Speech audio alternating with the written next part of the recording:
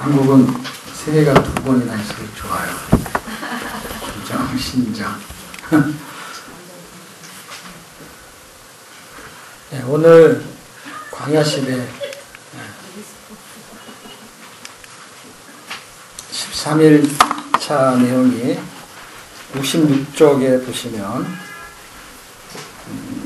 날개 보면은 13일 민수기 1장에서 5장까지 이렇게 설명이 되어 있습니다. 광야시대의 40년의 구조를 이렇게 쉽게 이해하시는 방법은 모세오경이 5권이죠. 그 5권의 그 책이 모세가 기록하게 돼요. BC 1500년경이에요. 그럴 때 창세기도 모세가 기록해요. 그런데 그거는 모세가 태어나기 전에 있었던 역사를 기록한 거고요. 그리고 출애굽기서부터 신명기까지는 모세가 태어나면서부터 발생하는 일들을 기록하게 된 거죠. 그래서 출생부터 좀 다루게 되죠. 그러면 모세오경 중에 모세사경 4권의 책이 40년이라는 시간 속에 흘러가는 것을 우리는 광야시대다 그럽니다. 그리고 모세시대다 이렇게 말하는 사람도 있습니다.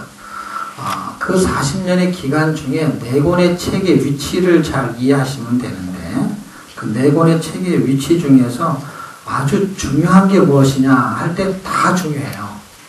안 중요한 책이 없어요.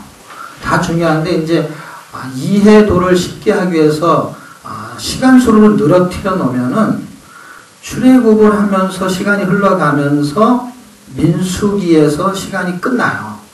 그러니까 2권의 책으로 역사의 흐름은 진행돼요. 그러면 그 시간이 쭉 흘러가면서 그 시간 속에서 발생한 책이 2권이 있는데 그 책이 레위기하고 신명기인데 이 책은 내용이 같은 책이에요. 그래서 레위기를 잘 모르시면 신명기를 이해하시면 돼요. 그런데 이 신자는 되풀이 신자로 레위기를 다시 한번 반복해요. 다시 반복하는 신명기는 새로운 율법을 설명해서 새로운 언약을 체결해요.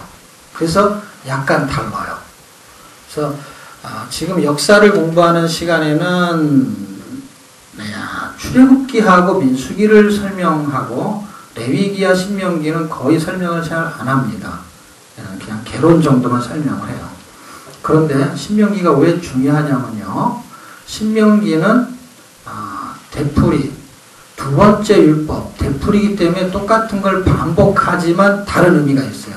돌판이 2번째 돌판, 같은 돌판인데 달라요. 의미 부여가. 그러니까 레위기에서 부여되는 의미와 신명기에서 부여되는 의미가 아주 이상하게 달라요. 다르다는 의미는 뭐예요? 레위기가 율법을 말하면 신명기는 그거를 복음처럼 말하고 있는 거예요. 그거를 찾아내야만 신명기는 굉장히 의미가 있는 책이 됩니다. 그 내용이 분명히 아주 정확하게 기록되어 있습니다. 그 책은. 근데 지금 우리는 흐름을 이해하면서 내용을 담아야 되기 때문에 사실 2가지를 다 병행하고 있는데 시간의 한계 때문에 일단은 시간의 흐름이라는 내용을 더 많이 부각시킬 수밖에 없어요. 왜냐하면 그 뼈대를 알아야 내용을 담아낼 때 그 내용물을 잘 갖고 있을 수가 있어요. 안 그러면 이놈이 섞여가지고 어디에 붙어있는 내용인지를 몰라요. 잘. 그래서 그 뒷부분에 대한 이야기가 좀 부족하게 전달될 수 있습니다. 제가 제일 힘들어하는 게 뭐냐면 그 부분을 말하는 게 원래 제 사역인데 그 내용을 많이 말을 못하기 때문에 이제 그게 제일 이제 힘든 거죠. 그리고 그 내용을 알아야 되거든요.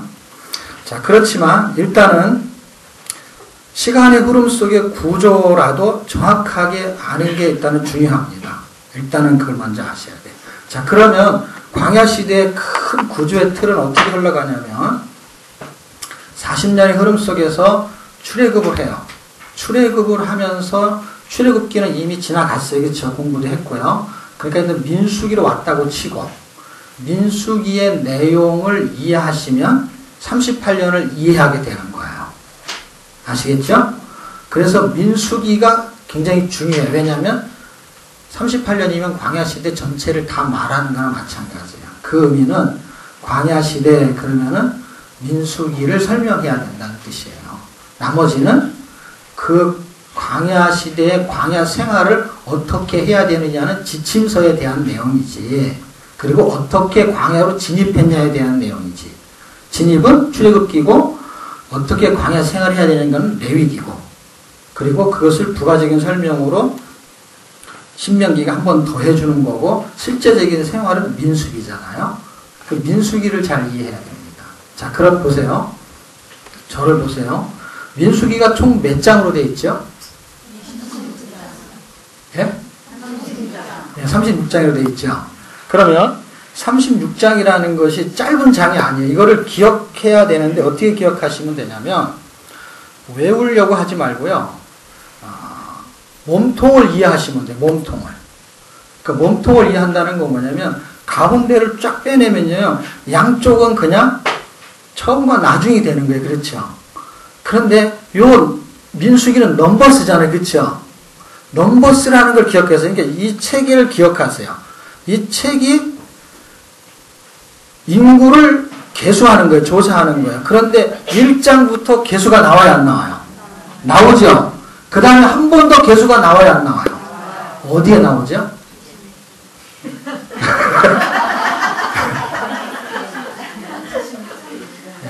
어디에 나오는지만 알면은 이거는 그냥 확 빼낼 수가 있어요. 그냥 저절로 외워진단 말이에요. 제 말은요. 저절로. 지금 저절로 외워지는 방법을 설명해 드리는 거예요.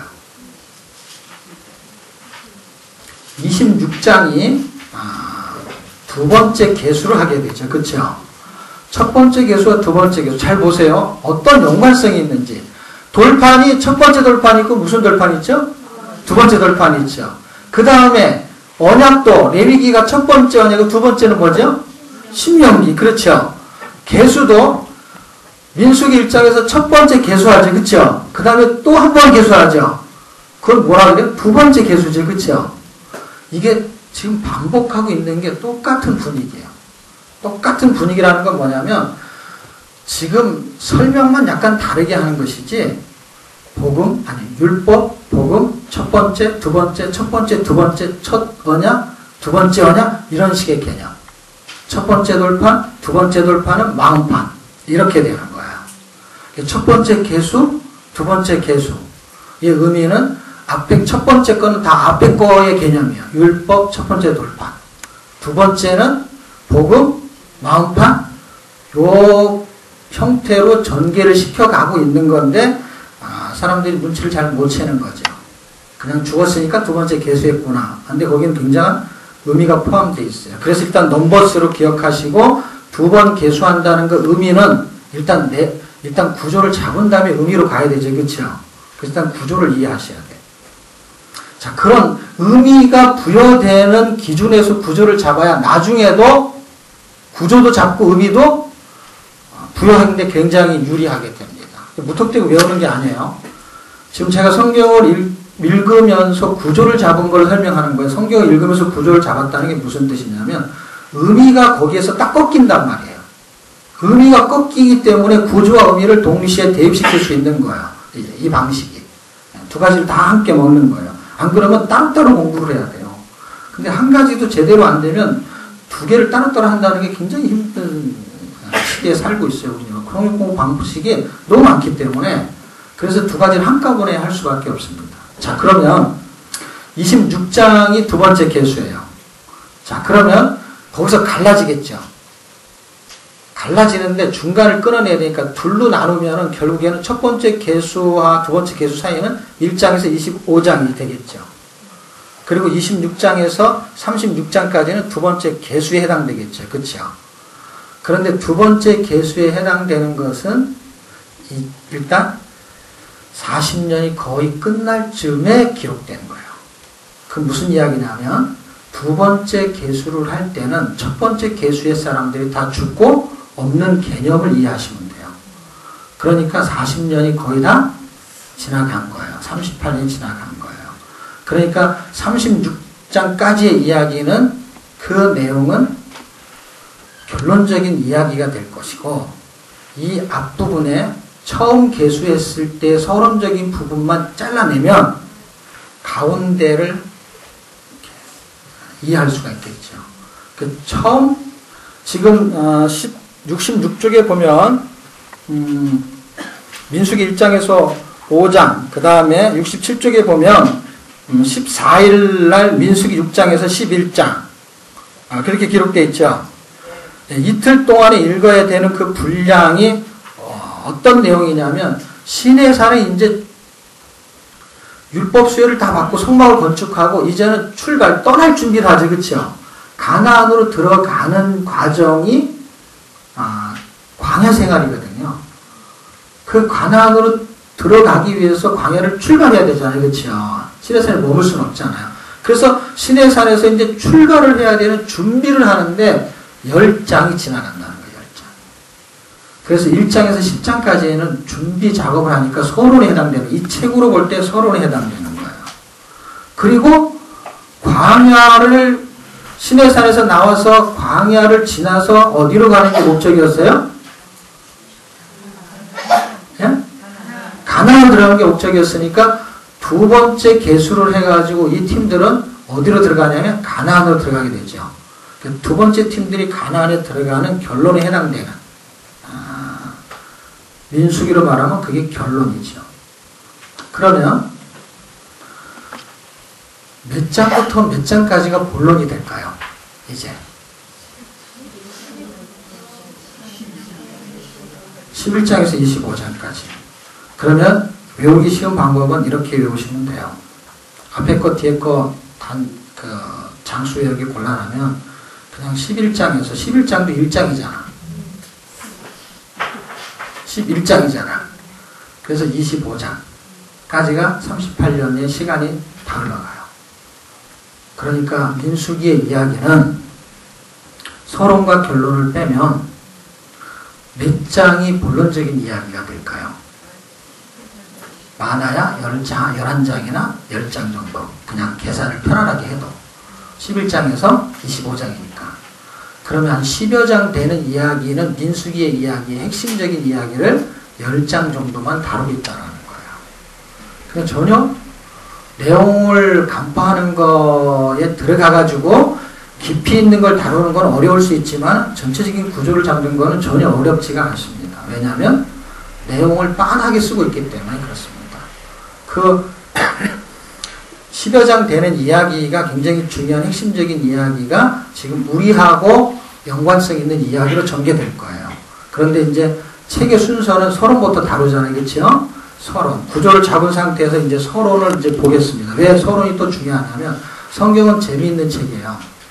본론이 있고 결론이 있고 서론이 있어요. 그래서 본론도 알아야 돼요. 그 본론이 뭐냐? 그 얘기 안 해요. 본론 계속 얘기해도 본론이 뭐냐는 거예요. 그 본론 다 듣고 나면 또 뭐야? 결론이 뭐냐는 거야.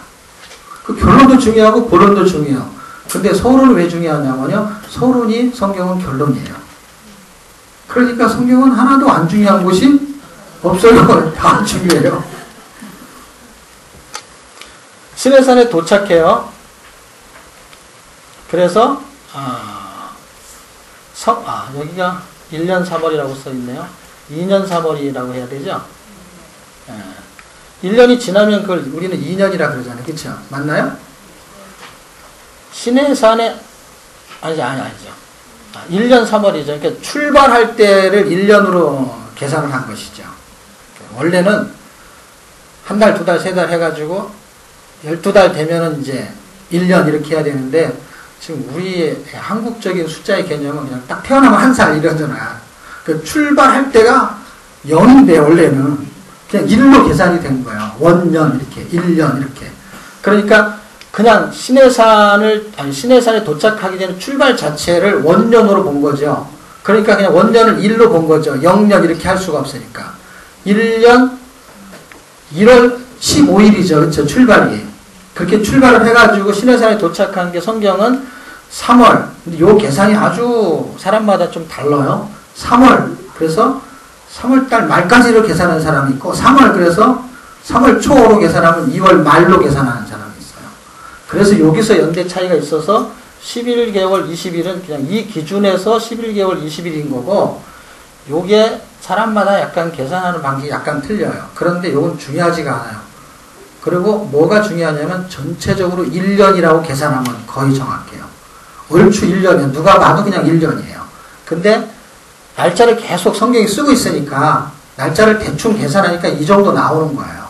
근데 여기에는 오차가 있을 수 있어요. 여기서 뭐 5일을 뺄 수도 있어요. 왜냐면 출발하는 자체를 1월 1일 이렇게 출발한 게 아니고 1월 15일 날 출발하는 거예요. 그게 정월 15일, 14일 날 6월절을 하고 보름에 출발을 해요. 그래서 15일을 빼야 되는 거거든요. 전체적으로. 근데 그냥 계산하면 시내산에 도착해가지고 성막을 완성할 때까지는 저 출발을 해가지고 성막을 완성할 때까지가 딱 1년이 걸렸다 이 말이에요. 그러면은 시내산에 도착하는데 2개월 걸렸다면은 시내산에 머문 지는 성막을 건축할 때까지 10개월 있었던 거죠. 그렇죠? 그리고 나서 출발은 곧바로 출발한 게 아니라 2월 20일 날 출발했으니까 약 2달을 더 머물게 된 거죠. 물론 앞에서 15일을 빼먹었기 때문에 열을 더하면은 석 달이지만 저쪽 걸 빼게 되면은 거의 2달밖에 안 되잖아요. 그렇죠? 그러면 민수기에서 머무른 시간이 약 2달하고 여기서 10개월 더하면은 시내산에서는 거간 1년 정도를 머물게 된 거죠. 그럼 1장에서 10장까지 이야기는 어떤 이야기냐면 성막을 완성하고 두 번째 유월절을 지키고 인구조사를 하고 그리고 출발할 때까지의 기간이 1장에서 10장까지 이야기예요. 약 몇 달이요? 약 그냥 2달. 정확하진 않지만 그래도 그냥 이 정도면 정확하죠. 그렇죠? 약 2달에 있었던 이야기 중에서 가장 중요한 게 뭐냐면요. 인구를 조사한 거예요. 왜냐하면 이 책이 넘버스잖아요. 그래서 이 책에 대한 넘버스에 대한 의미 부여를 제가 구조를 이미 지금 잡았어요. 그렇죠? 내용으로 들어가려면 내용은 굉장히 그리스도를 조명하는 게 많이 있습니다. 그런데 인구조사서부터 출발을 하는 이유를 이해하셔야 돼요. 왜냐하면 인구조사가 굉장히 중요하기 때문에 그렇습니다. 왜냐하면 여기에 복음이 숨겨져 있기 때문에 그래요. 숨겨져 있습니다. 그래서 이 이야기를 서론이지만 서론에는 별로 중요하게 다룰 내용이 별로 없어요. 사실은요. 왜냐하면 본론의 이야기가 굉장히 많고 그 다음에 본론을 지나가가지고 26장 이후서부터도 사실은 이렇게 잡다한 이야기들, 이렇게 하나로 모으기가 곤란한 이야기들이 이렇게 널려져 있어요. 그래서 굉장히 중요한 이야기는 본론에서 다룰 수밖에 없는데 서론이 저는 이렇게 중요하다라고 보는 이유는 인구조사를 가볍게 여길 수 없기 때문에 이 부분을 조금 다루고 넘어가는 게 좋을 것 같습니다. 성경을 좀 찾아봐야 될 것 같아요. 출애굽기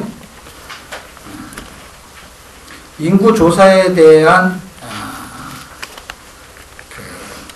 의미를 설명하기 위해서 의미를 여러분들이 이해하기 위해서 30장에 있는 이야기를 일단 한번 읽고 넘어가야 그 다음에 여러분이 솔로몬이 아니죠. 다윗이 인구조사를 한번 하죠. 그렇죠? 그것도 말년에. 그러다가 엄청 어려움을 당하죠. 그거하고 연관성이 있는 거예요. 그렇기 때문에 꼭 반드시 여기서 짚고 넘어가야 됩니다. 그래야 나중에 여러분들이 뒤로 갈 때 그런 것들을 의미 있게 담아내실 수가 있습니다.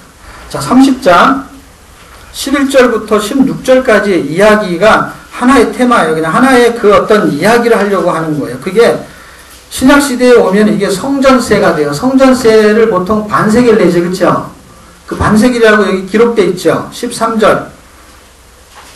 무릇 계수 중에 드는 자마다 성소에서 세겔대로 반세겔을 낼지어다. 그리고 15절을 읽어보시면 너희의 생명을 대속하기 위하여 개역성경은 속하기 위하여 똑같은 말이에요. 여호와께 드릴 때 부자나 가난하다고 해가지고 더 많이 내거나 들려면 안 된다. 이건 생명을 설명하는 거기 때문에 부자의 생명은 더 가치가 있고 가난한 자의 생명은 가치가 없고 하지 않고 이 생명은 예수님의 생명값하고 똑같다는 개념을 설명하려는 거예요. 성경이요.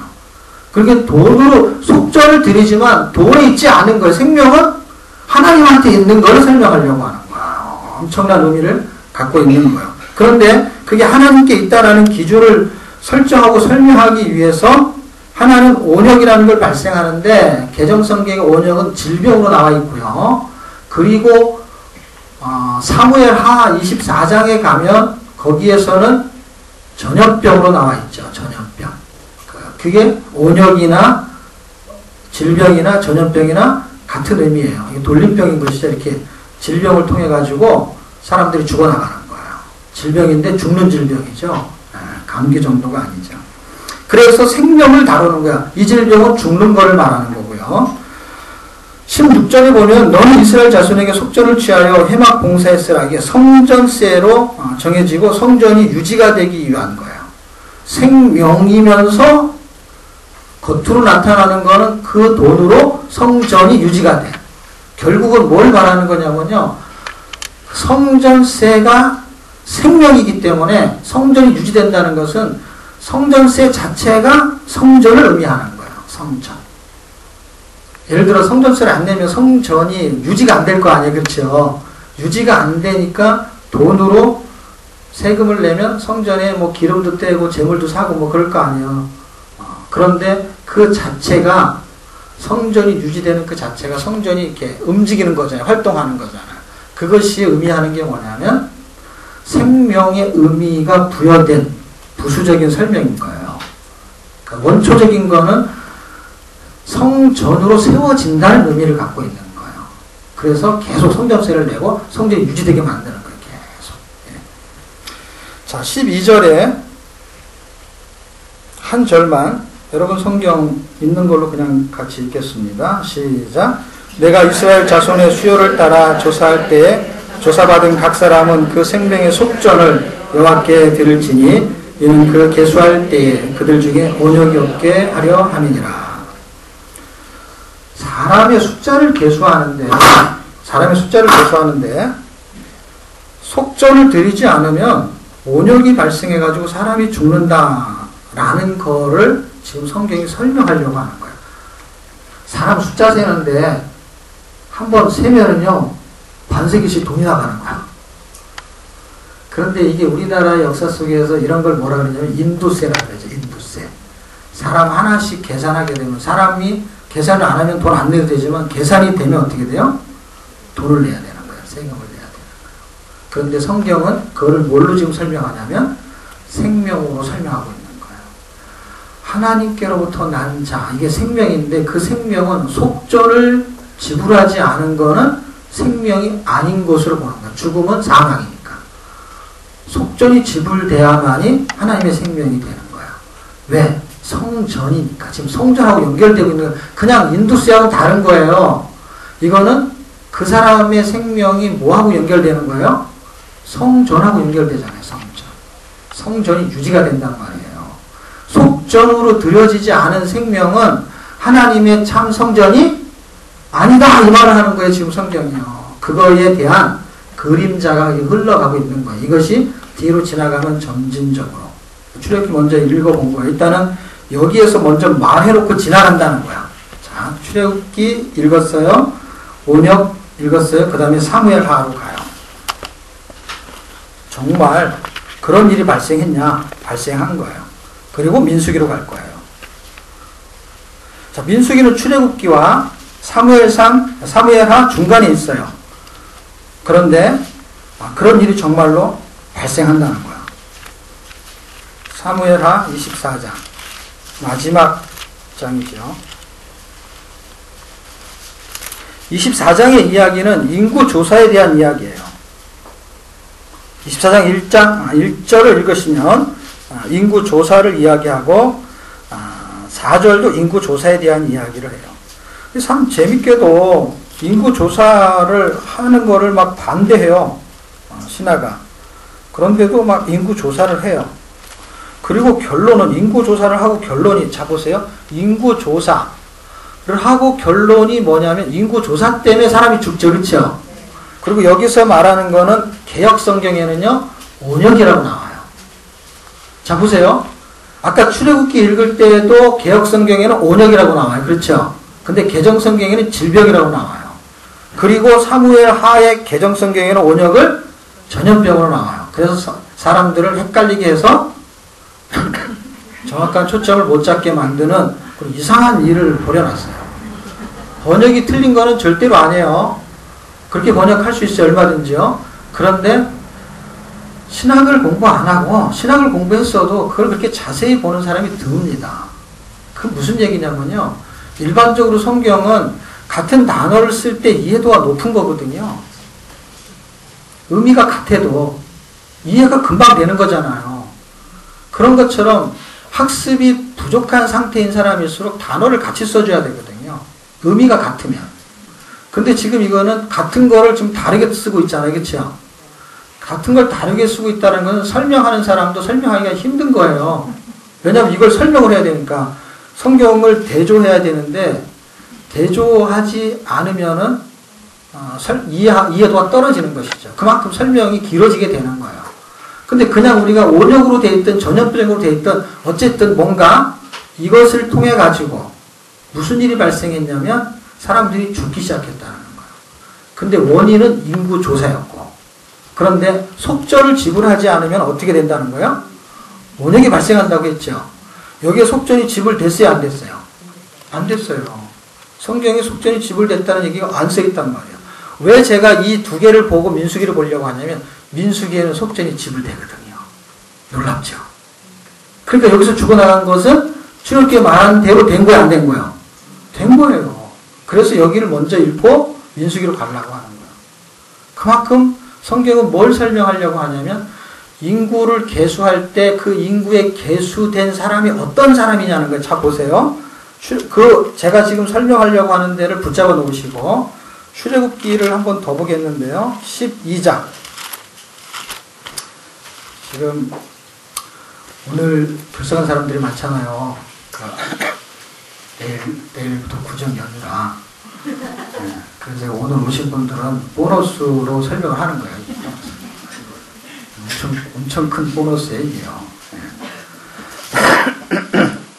할까 말까 하다가 구정 선물로 인구 조사를 해보니까 오늘 출석한 인구 조사를 해보니까 이 선물을 줘도 될 것 같아가지고 12장 41절 거기 한번 같이 읽었으면 좋겠습니다. 시작. 430년이 마치는 그날에 여호와의 군대가 다 애굽 땅에서 나왔은즉. 이 이야기는 이스라엘 백성을 뭘로 지금 설명하고 있는 거예요? 여호와의 군대로 보는 거예요. 그리고 민수기에서 계수하는 사람들은 누구예요? 이 사람들을 말하는 거죠. 싸움에 나갈 만한 자. 군대잖아요. 군대는 싸움에 나갈 만한 자. 그리고 여러분들 잘 아시잖아요. 계수 인원이 60만 정도 되죠. 그랬을 때 정말 군대를 계수했지 어린아이를 계수하지는 않았잖아요. 그러니까 이걸 계수한 거죠. 그렇죠? 싸움에 나갈 만한 자. 여호와의 군대. 여호와의 군대는 구약에서 이렇게 말하기 때문에 그렇지 신약으로 오면은 그거를 하나님의 백성이잖아요. 그렇죠? 그런데 이런 단어를 똑같이 쓰는 데가 있단 말이에요. 똑같이. 여호와를 신약에 오면은 하나님이라는 단어로 쓰는 것뿐이지. 그렇죠? 여호와 하나님은 의미는 그러니까 설명하려는 뜻은 다르지만은 사실은 하나님이라는 의미는 같이 갖고 있잖아요. 그래서 구약에서는 여호와라고 주로 호칭을 하면 신약에서는 그냥 여호와 빼고 그냥 하나님. 여호와 하나님이거든요. 그게 하나님이라고 하죠.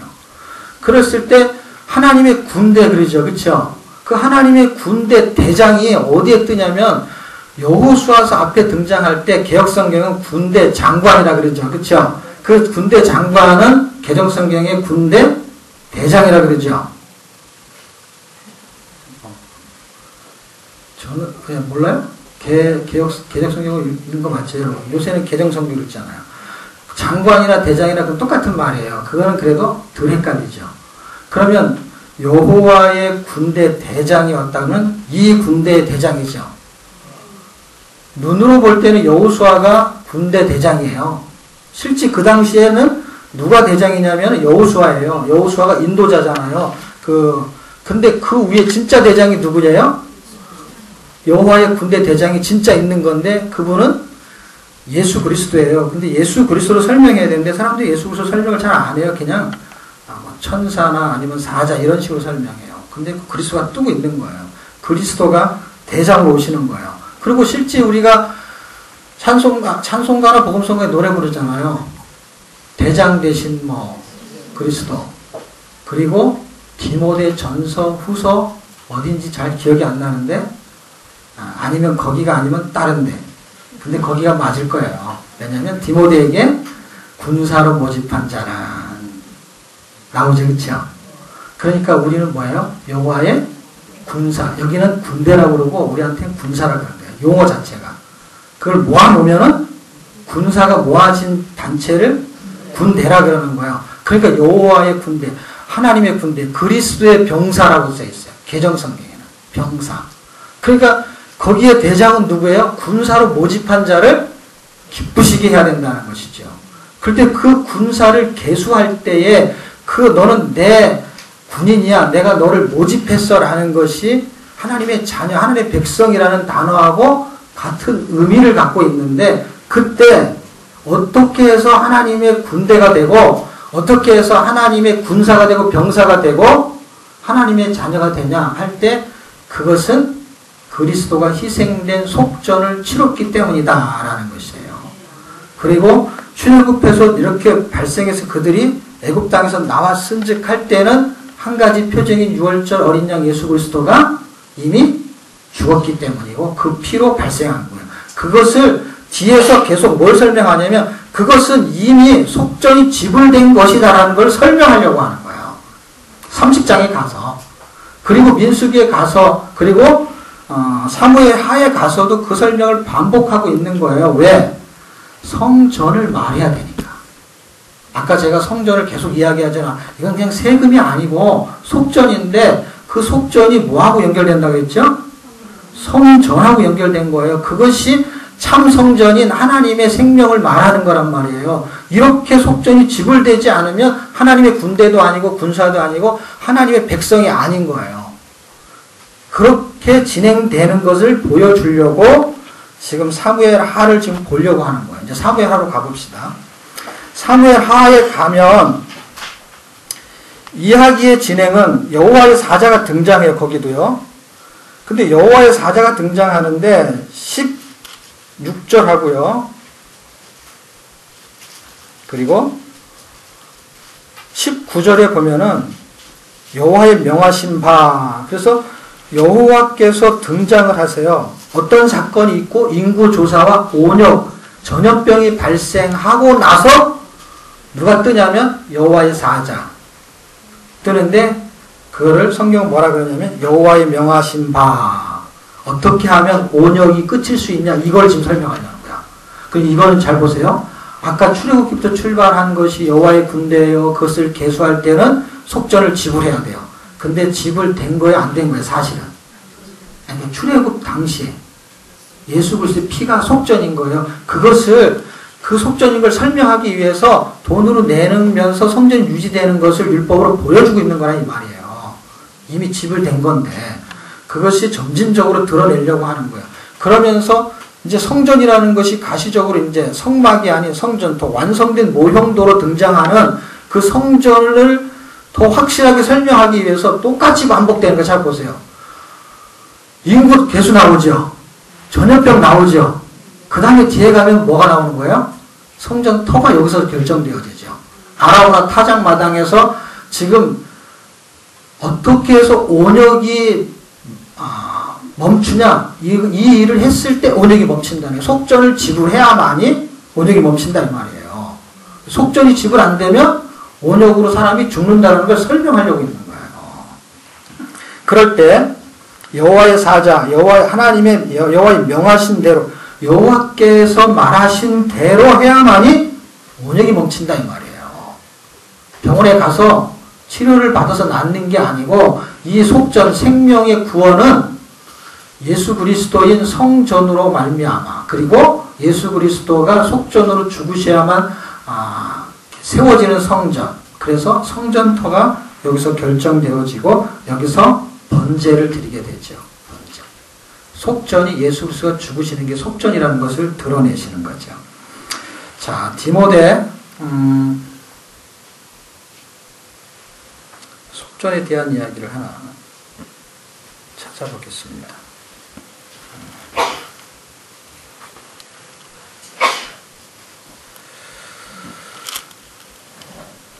디모데 전서 2장으로 가겠습니다.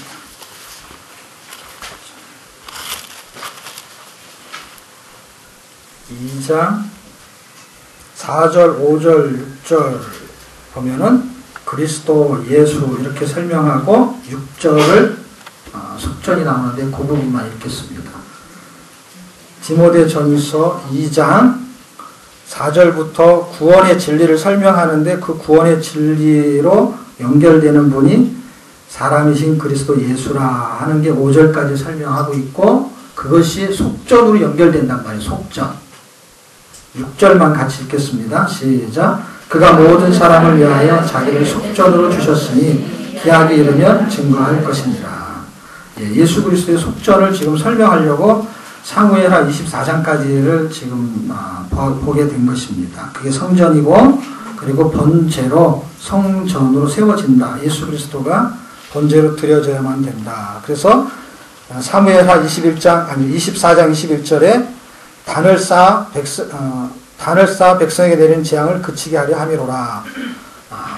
재앙을 그치게 하는 것. 예수 믿지 않아서 죽는 재앙을 그치게 하는 것은 예수 믿는 수밖에 없다라는 이야기를 성경이 하고 있는 것입니다. 이 이야기가 성경의 인구조사의 계수에서 드러나게 됩니다. 자, 그래서 인구조사를 이제 보겠습니다. 민수기로 가서. 서론이 굉장히 의미심장합니다. 서론 출발부터가요, 하나님의 자녀의 존재성을 확 부각시키는 거예요. 민수기에서도 우리가 계수가 된 거예요. 생명책에 인원이 들어갈 때 계수가 된 거예요. 그래서 그 인원은 반드시 속전이 지불된 거라는 것을 믿으라는 거고, 그것이 구약시대 때는 속전을 지불하지 않으면 정말 죽었던 것이죠. 정말 죽었잖아요. 속전을 지불하지 않으니까. 그리고 민수기에 있는 사람들은 속전을 지불했기 때문에 안 죽었어요. 광야에서 40년 죽은 거는 다른 의미로 성경이 설명하고 있기 때문에 그거는 속전이 지불된 거하고 상관없이 죽은 거예요. 왜냐하면 자 보세요. 1차 계수한 사람도 속전을 지불하고 2차 계수한 사람도 속전을 지불하면은 이 말이 맞아야 되는 거예요. 왜냐하면 40년 광야 생활에서 1차로 계수한 사람이 죽었을 때 속전을 지불 안 했으면은 그 사람들은 구원, 하나님의 백성이 아닌 개념으로 설명해도 돼요. 속전이 지불되지 않았으면. 근데 2차 계수의 사람들은 속전이 지불됐거든요. 근데 재밌는 것은 1차 계수한 사람들도 속전이 지불됐거든요. 그러면 40년 광야 생활에서 죽은 자는 1차 계수한 사람들이 죽었죠. 그 죽은 거는 구원하고 구원을 설명하는 개념이 아닌 거예요, 그것은요. 그거를 모르면 이제 구원관이 헷갈리게 되는 거예요. 왜냐하면 속전이 지불됐는데 속전이 지금 설명하는 거를 신약 성경 읽었잖아요. 그렇죠? 그것은 생명이란 말이에요. 그 생명세가 지불된 것은 예수님이 유월절 어린양이 죽으신 거를 설명하는 거를 속전세로 설명하는 거예요. 그래서 예수님이 잡히실 때도 그 속전의 새처럼 팔려가는 은 30냥이 속전으로 지불된 거예요. 그게 대표적인 그 의미로.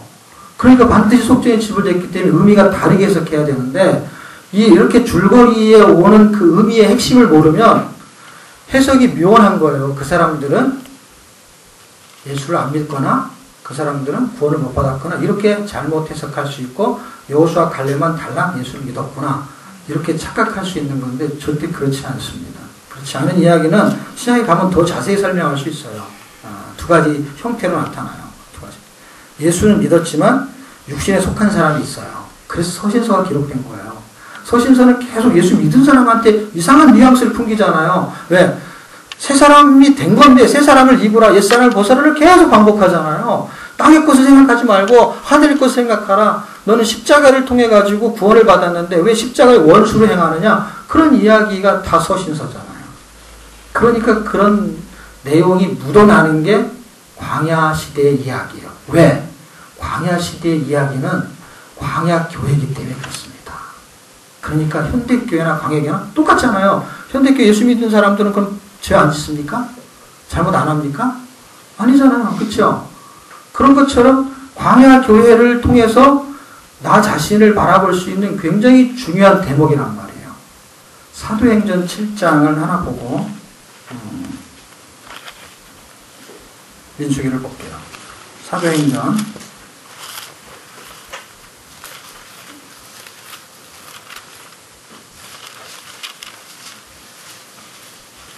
7장 38절.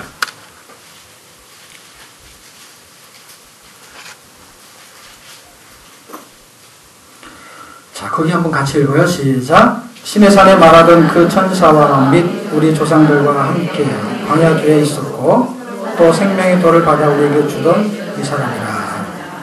예. 광야교회, 이제 교회가 탄생하게 된 거예요. 속전을 통해 가지고 교회가 탄생하고 그 생명값이 지불되는 첫 번째 계수한 사람들의 내용을 한번 살펴볼게요. 자, 민수기 1장에 계수를 합니다.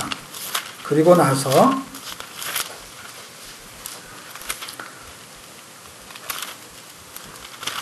1장 2절, 3절 군대대로 나오죠. 3절에 보면 아론은 그 군대대로 계수하되, 그래서 하나님의 군대를 계수해요. 출애굽기 12장 41절에 그 군대를 계수한 거예요. 그 속전을 지불해야 돼요. 그런 거냐 반드시. 안 그러면 죽게 돼요. 그런데 출애굽한 자체가 이미 속전이 지불된 거예요. 어린 양이. 그러니까 그것이 지불됐다는 걸 성전으로 설명하기 위해서 속전세가 새로 설명을 하고 있는 거예요. 자, 3장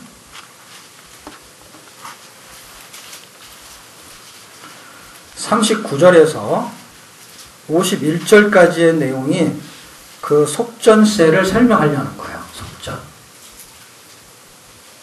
적어 놓으시고 전체적으로는 같이 읽을 수는 없을 것 같고요. 전체적으로 여러분이 나중에 읽어보세요. 그래서 성경 구절을 전체적으로 설명한 거예요. 39절에서 51절까지를 천천히 여러분이 읽어보시면 자세히 알 수가 있습니다. 근데 혹시 이해를 돕기 위해서 간단하게만 제가 설명하면 이런 거예요. 가장을 설명할 때 장자라 그랬어요. 장자는 누구를 대표해요? 그 가정을 대표해요. 그렇죠? 그 가정을 대표하기 때문에 장자가 죽으면 그 식구가 전체가 다 죽은 거예요. 그렇죠? 그런데 속전이 지불되는 그 원초적인 의미로 해석하기 위해서 유월절 어린 양이 죽으시면서 애굽의 장자는 다 죽었어도 그 어린 양으로 인해 가지고 이스라엘 백성의 장자는 전부 다 살았죠. 그거를 새로 지금 속전으로 설명하려는 거예요. 다 살았어요. 다 살았는데 보세요. 장자가 다 죽어야 되는데 다 살았어요. 다 사는 거에 대한 속전에 대한 유월절 어린 양을 이 속전으로 설명하면서 확실하고 정확하게 생명이 그냥 저절로 구원받은 게 아니라 누군가가 대신 지불해야만 되는 것을 설명하는데 정확하게 그 인원수를 설명하고 있어요. 두리뭉실 넘어가는 게 아니라 39절을 잘 보시면은 레위인을 그 가족대로 계수한 즉 1개월 이상 남자의 수요가 몇 명이라고 써 있어요? 22,000명이에요. 자, 보세요. 그런데 이스라엘 백성은 60만인데 그 계수가 장자가 60만이 아니죠. 그거는요. 그렇죠? 그럼 장자가 몇 명인지는 계수하면 알겠죠? 자, 보세요. 43절. 42절부터 읽으시면 될 것 같아요. 42절부터 43절까지 같이 읽어요. 시작. 모세가 여호와께서 자기에게 명하신 대로 이스라엘 자손 중 모든 처음 난 자를 계수하니 1개월 이상으로 계수함을 입은 처음 난 남자의 명수의 총계가 22,273명이었더라. 그러면은 22,273명이라는 장자가 그 당시 죽었어야 되는데 안 죽고 살았다는 거잖아요. 그렇죠? 그런데 이제 속전을 지불해야 돼요. 지불됐지만 지불하는 거예요. 예? 그 지불된 거에 대한 설명을 하고 있는 거예요. 지불해야 되는데 어떻게 지불하냐면 그 이스라엘의 장자를 누구로 대신하게 하려고 하냐면은 레위인을 대신하겠다라는 거예요. 그 레위인을 내가 쓰겠다는 거예요. 하나님이.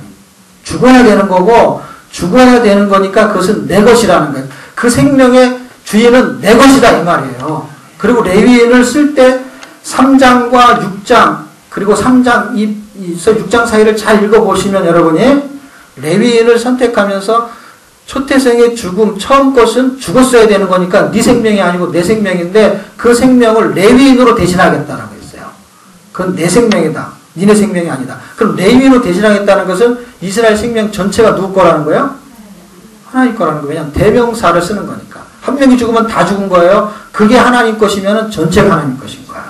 그랬을 때 이스라엘의 그 장자를 누구로 대신하려고 하냐면 레위인으로 대신하겠다는 거예요. 그리고 레위인을 뭘로 쓰겠냐는 거냐면 성막을 관리하는 자로 쓰겠다라는 거예요. 성전하고 지금 연결시키고 있는 거예요. 그런데 인원수가 맞아요, 안 맞아요? 안 맞잖아요. 안 맞잖아요. 그게 얼마나 정확한지를 보세요. 몇 명이 더 남지요? 46절? 네, 여기다 안 써도 우리가 계산하면 이렇게 남죠. 위에 써놨으니까. 그 273명에 대한 거는 레위로 대처가 돼요, 안 돼요? 안 되죠. 그 대처가 된다는 건 뭐예요? 대신한다는 거는 그걸 속전으로 내가 받겠다는 거죠. 그러면 레위인이 없는 거는 돈으로 내면 되겠죠. 그래서 돈으로 받아요, 안 받아요? 돈으로 받잖아요. 47절부터 어떻게 해요? 그 273명에 대한 거는 속전을 지불하라는 거예요. 그 생명에 대한 속전을. 그 속전은 47, 48, 49, 50, 51절까지 보시면 그 돈은 성소의 세결대로 성소에서 쓰는 성전하고 연결된 거예요. 그냥 쓰는 게 아니에요. 성전이 되는 거예요. 성전. 생명이 살아나는. 그리고 정확하게 부족분을 속전을 받아내죠. 그러면 이들이 계수된 인원수의 속전을 다 냈다는 게 안 냈다는 거야. 낸 거죠. 그럼 1차 계수한 사람들은 전부 다 속전이 지불된 거예요. 놀랍죠? 전부 다. 자, 그럼 이제 민수기 이제 26장부터는 두 번째 넘버스죠. 그렇죠? 이 사람들도 계수하니까 속전을 지불해야 되겠죠. 그럼 성경에는 속전을 지불한 걸 써야 돼요? 안 써야 돼요? 써야 돼요. 왜냐하면 사후의 하에서는 그게 지불 안 됐기 때문에 죽은 거예요. 네. 이거는 우리의 생명이 예수 그리스도가 대신 죽지 않으면 우리는 절대로 살 수 없다라는 거를 아주 분명하게 보여주는 것입니다. 그래서 디모데전서를 읽은 거예요. 그분이 나의 속전이에요. 놀랍죠? 예수님은 나의 속전이에요. 속자가 너무 재밌잖아요. 속사람, 속전. 그분으로 인해서 이제는 속사람, 새 사람이 된 거예요. 지불되고. 자, 민수기 26장.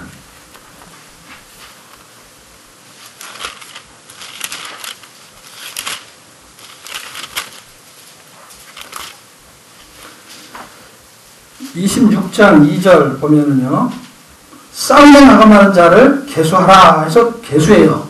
두 번째 계수가 진행이 돼요. 속전의 지불은 31장에 나옵니다. 그래서 찾기가 힘든 거예요. 바로 밑에 붙여놔야 되는데 아까는 1장에 하고 3장이니까 그래도 찾을만 하잖아요. 몇 장 안 되니까. 이런 건 30장으로 넘어가야 되니까. 한참 찾았어요. 자, 31장의 이야기는요, 속전을 지불한 이야기. 일단 속전만 먼저 이야기를 할게요. 그 의도와 의미는 여기서 더 크게 등장해요. 아주 크게 등장합니다. 그거는 실제 우리하고 연관성이 있어요. 아까는 발생된 생명이에요. 그 다음에는요, 그 발생된 생명의 값으로 살아야 되는 내용으로 속전을 설명해요. 굉장한 의미 부여를 하고 있어요, 성경이요.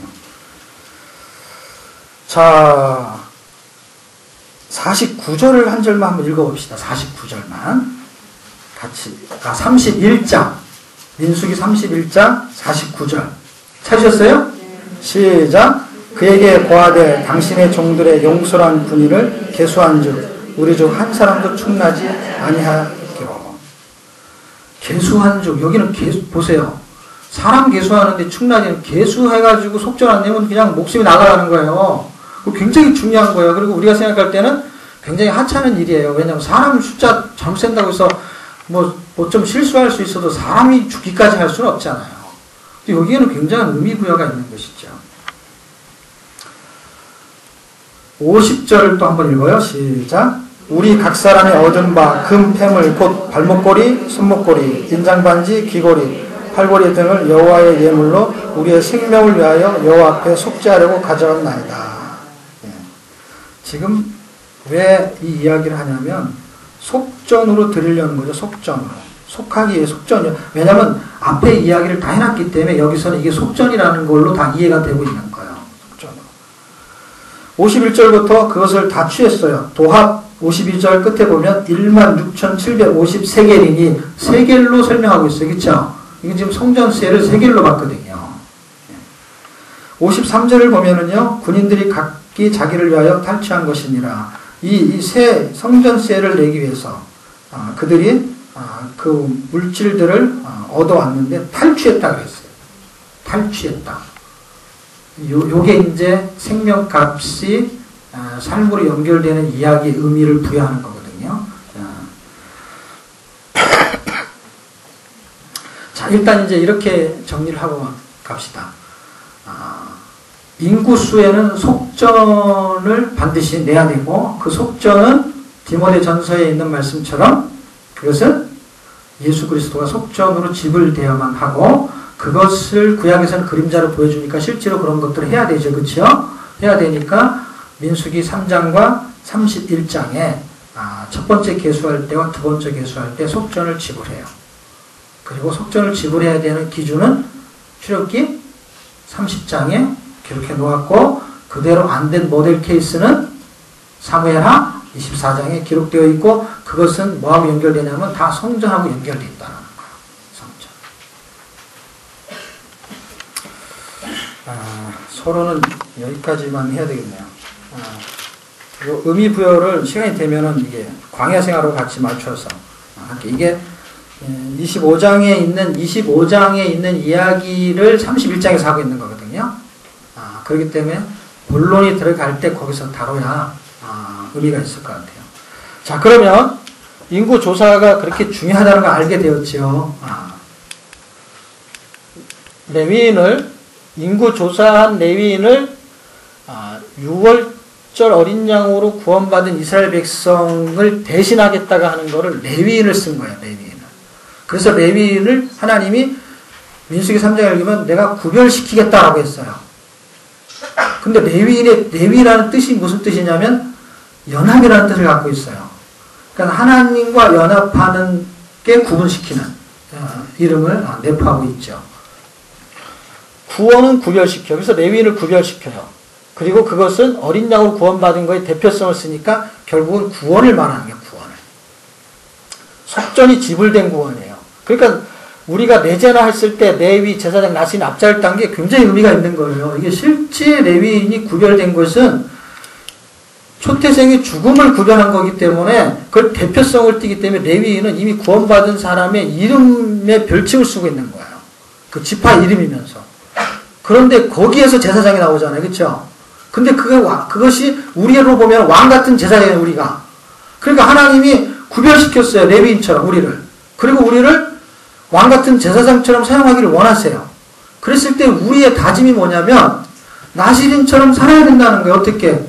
내가 스스로 구별되게 살아야 된다는 것이죠. 그게 삶이잖아요. 그걸 다 합치면 성도라고 말하는 것이죠. 구약은 그런 복음과 복음의 삶을 설명하고 있는 것이죠. 6월절에 대한 설명이 믿음으로 구원인데 그 믿음은 은혜로 생겼으니까 결국 은혜로 구원이 되는 것이죠. 그리고 그 은혜로 구원받은 거에 대한 결과는 영생이고요. 그 출발은 출애굽기에서 6월절로 출발을 했던 것이죠. 6월절. 그것이 예수님의 죽으심과 부활을 설명하는 거고요. 어린 양의 희생으로 구원받은 것을 동일시 해놓고 있는 거거든요. 굉장히 의미가 있는 거죠. 민수기의 목적, 고린도전서, 여러분 책 67쪽, 여기 보시면 67일, 15일, 민수기 10장에 15장. 여러분 책 67쪽에 보면 3, 중간에 광야생활 돼 있고, 거기에 보면 민수기의 기록 목적, 하나, 둘, 셋, 넷. 세 번째 줄, 그 다음에 다섯 번째 줄에 성경 구절이 기록되어 있습니다. 그런데다 줄을 쳐놓으시면 도움이 되실 거예요. 자, 요거를 같이 한번 읽어보겠습니다. 시작. 그들에게 일어난 이런 본보기가 되고 또한 말세를 만난 우리를 깨우치게 하여 기록되었느니라. 민수기가 기록된 목적이 고린도전서 10장에 기록되어 있어요. 광야 생활. 그런데 아까 우리가 사도행전 7장을 미리 읽어놨죠. 그렇죠? 고린도 교회에게 편지를 쓴 게 고린도 전서죠. 그렇죠? 그런데 고린도 전서의 고린도 교인들한테 지금 무슨 이야기를 하고 있냐면 민수기 40년의 이야기를 서술하면서 11절에 이런 말을 하고 있는 거야. 바울이. 그건 무슨 이야기냐면 이스라엘 백성이 속전을 지불하고 예수님의 죽으심으로 하나님의 백성이 돼서 광야 생활에서 그래서 광야 같은 세상, 지금 이 세상에서 2000년 전에는 고린도 교회고 2000년 전에는 지금은 현대 교회의 광야란 말이에요. 이곳이. 광야 같은 이곳에서 광야 교회도 아니고 고린도 교회도 아닌 지금 현대 교회가 똑같은 고린도 교회와 광야 교회 같은 삶을 살고 있을 때에 왜 민수기가 기록됐냐? 그때 당시의 교회나 그리고 바울 당시의 교회나 지금의 교회가 다 이런 경계의 어려움을 당할 것이다. 그래서 본보기로 기록했다. 본보기로 기록했으니까 어떻게 해요? 민수기의 내용을 보고 우리의 위치를 찾아야 된다라는 거예요. 구원받은 백성, 속전이 지불된 백성이 출발할 때 언제 출발하냐면요. 오늘 교회 처음 나왔어요. 적어도 교회에서 제대로 신앙생활 하려면요. 성경에 있는 구조로 제가 보면은요. 우리의 그 교육 방식이 조금 잘못돼서 그렇지 성경의 교육 방식을 제대로, 그러니까 이 본론적인 이야기 이거 해도 10주밖에 안 걸리잖아요. 그렇죠? 그리고 이건 초신자에도 상관없는 거예요. 왜냐하면 복음은 교회를 10년 다닌 사람이 들어야 되는 내용이 아니에요. 지금 성경은 복음을 설명하는 것이지 역사를 설명하는 게 아니에요. 만약에 역사를 설명한다면 복음 역사, 구원 역사, 구속사, 구속의 역사 이걸 설명하는 거예요. 그래서 그것을 그림자처럼 설명하고 있고 그거를 원형이 등장하는 신약을 갖고 있기 때문에 대조만 시키면은 이해할 수 있어요. 물론 거듭나지 않은 사람은 성경이 이해가 안 되게 돼 있어요. 성령이 이해를 시키는 거니까. 설명은 사람이 하는 거고. 설명할 수 있는 내용을 갖고 있단 말이에요. 성경은요. 그리고 성령이 그것을 조명하시는 거니까. 그러면 그것은 난이도 있는 공부가 아니에요. 이건 절대로요. 예수 그리스도를 배우는데 교회를 10년 다닌 다음에 복음을 배워야 되는 그런 난이도가 아니란 말이에요. 이거는 기초 성경 공부예요. 예수 그리스도는요. 그런데 이 성경 공부가 얼마나 기초가 몇 년 걸리냐 할 때 성경은 1년 걸린다고 나와요. 1년 이렇게 써있진 않은데 딱 1년이야. 제가 계산하면. 1년이면 출발하는 거예요. 진짜 신앙생활을 이 세상과 맞닥뜨리면서 생활할 수 있는 거는요. 1년 이상 할 내용이 없다니까요. 여러분 교회를 10년, 20년 다녀보세요. 1년짜리를 10년, 20년 반복하는 거잖아요. 부활절도 작년 거 올해 또 부활절 하는 거고 그리고 기도도 작년에 했던 기도 또 하는 거고 기도, 말씀 똑같은 걸 반복하는 거를요. 길게 잡으면 1년짜리를 계속 반복하는 것이죠. 몇 년, 5년짜리를 5년마다 반복하는 게 아니라니까요. 즉 근거 구절을 제가 찾아봤는데요. 일부러 찾은 게 아니라 성경 읽다가 깨달음을 주신 거죠. 하나님이. 도대체 몇 년 정도를 해야 기본적인 성경 공부를 마칠 수 있습니까? 할 때 초대교회가 탄생하고 나서 그리고 핍박이 심해지면서 복음이 이렇게 이방인에게 확대되는 시점이 있을 때가 사도행전 12장을 기점으로 봐요. 출발은 10장서부터 출발을 해요. 10장서부터 조짐이 일어나요. 그 조짐이 일어나는 것이 이제 율법이 깨지는 것이죠. 그렇죠? 그 하늘에서 막 닭발, 오리발, 족발 막 이런 게 막 배달이 되어 오는 사건이 있었잖아요. 네. 새우젓도 같이 왔겠죠. 그런 막 3번씩이나 배달 사고가 있었잖아요. 잘못 배달했다가 다시 돌려보내니까 다시 오고 막. 그런 사건이 조짐이 있으면서 11장, 12장에 가면서 안디옥 교회가 탄생하죠. 그렇죠? 안디옥 교회가 탄생했을 때 거기서 바나바하고 바울이라는 사람이 거기서 가서 성경을 가르치죠. 얼마나 가르쳐요? 1년 가르쳐요. 1년. 거기 성경에 1년이라고 써 있어요. 1년을 가르치니까 비로소 그리스도인이라 소리를 듣기 시작했어요. 왜 그 1년하고 여기하고 연관되냐면 광야교회도 1년이라니까요. 하나님이 모세를 통해서 몇 년을 가르치냐면 1년을 가르치고 나머지는 그것을 삶으로 사는 거였어요. 38년이, 그래서 38년이라는 단어를 쓴 거야. 총 40년이지만 1년만 학습을 했단 말이에요. 언제? 시내산에 도착해가지고 딱 1년이, 그래서 아까 그 얼추 1년이라는 걸 기억하시라는 거예요. 1년 때 무슨 교육을 했냐? 제사 교육이었으니까 예배, 하나님께 예배 드리는 훈련과 연습에 대한 공부를 다 마쳤단 말이에요. 그래서 출발한 거예요. 1년 만에요.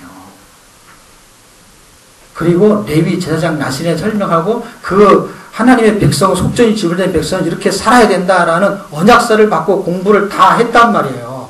다 가정마다 집집마다 전부 다. 그리고 아버지는 자녀에게 앉으나 일어서나 길에나 잘 때나 그것을 강론하고 가르쳐야 되는데 뭐를? 하나님 사랑하는 것을. 어떻게? 목숨을 다해서. 그런데 우리는 10년, 100년 다녀도 목숨을 다해서는 안 되잖아요. 성경은 목숨을 다해서요. 목숨을 다해서가 무슨 의미하냐면 신약에 오면은요. 그것은 내가 죽고로 되는 거예요. 수십 년 된 다음에 그 단어를 써야 될 일이 없는 거예요.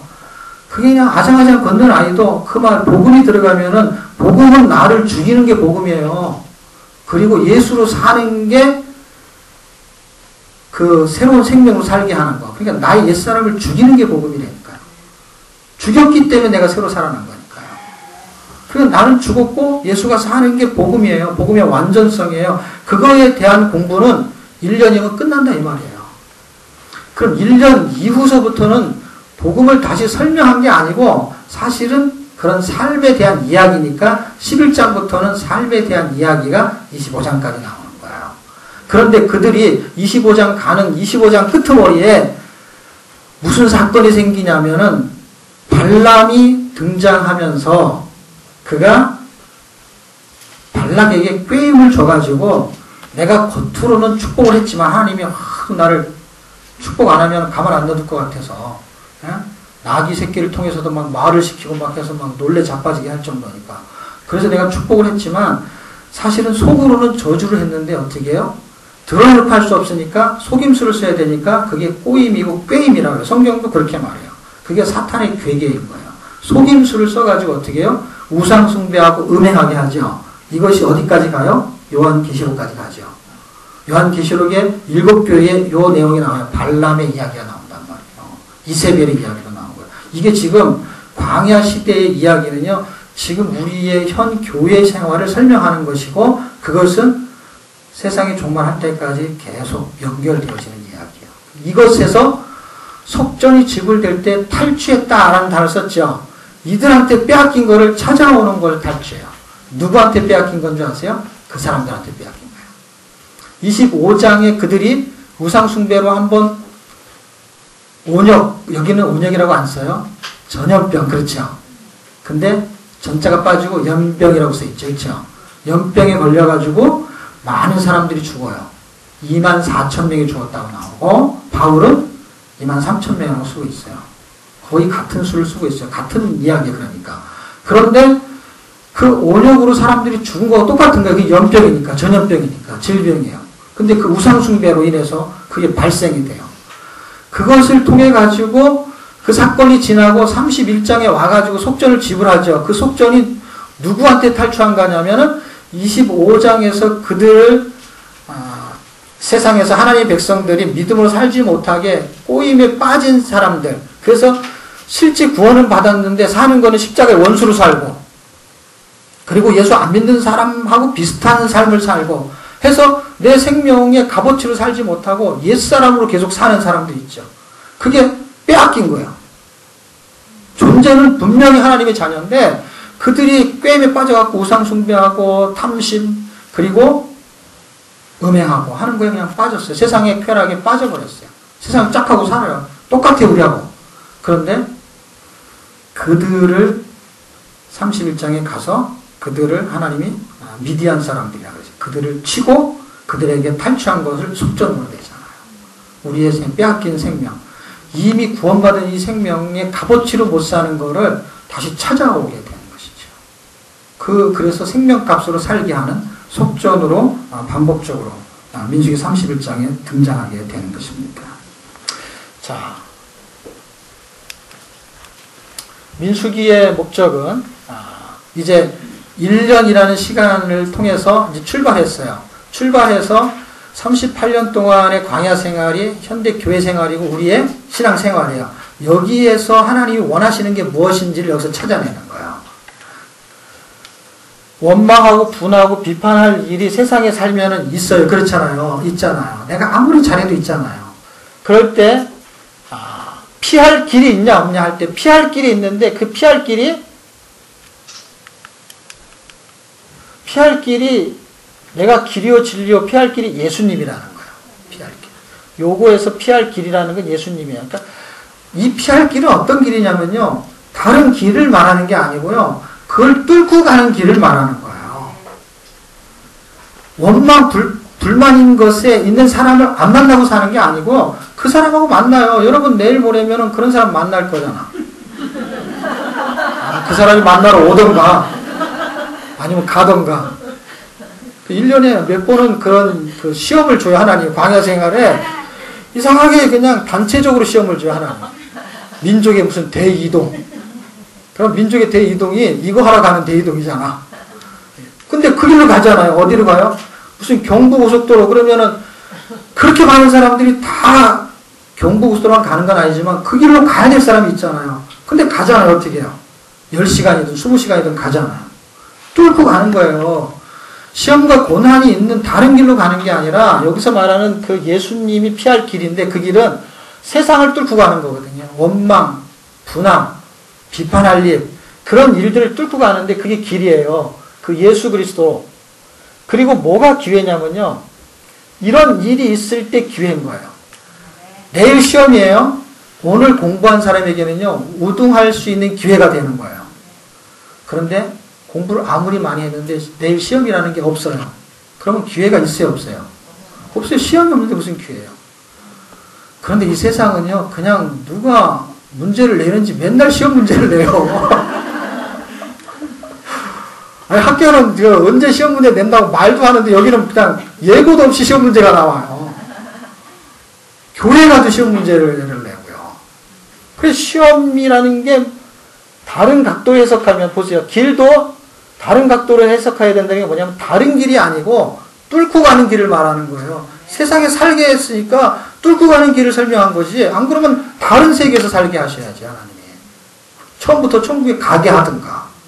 이 세상에서 피할 길이라는 거는요. 혼자 산에 가서 사는 게 아니고요. 뚫고 가는 거예요. 구정 명절은요. 이걸 뚫고 가는 하나의 기회가 제공되는 거예요. 아주 멋진 작업이 준비되고 있는 거예요. 어떤 기회냐면 세 가지의 기회로 정리를 해봤어요. 세 가지로. 그것이 여러분 페이지 67쪽에 신앙 고백할 기회라고 써있죠. 11장에서 15장. 자, 그 다음에 한 장 넘겨가지고요. 68쪽 3분의 1점 보면요. 하나님의 거룩을 나타낼 기회. 그리고 69쪽에는 원수의 축복을 받아낼 기회에서 성경 구절, 장수까지 설명했어요. 거기까지 가면은 본론에 해당되는 이야기를 다 하게 되는 거예요. 선언의 의미를 이해하셨죠? 선언은 훈련이 이미 끝난 거죠. 끝난 거니까 이때는 실전에 배치가 되는 거예요. 실전에.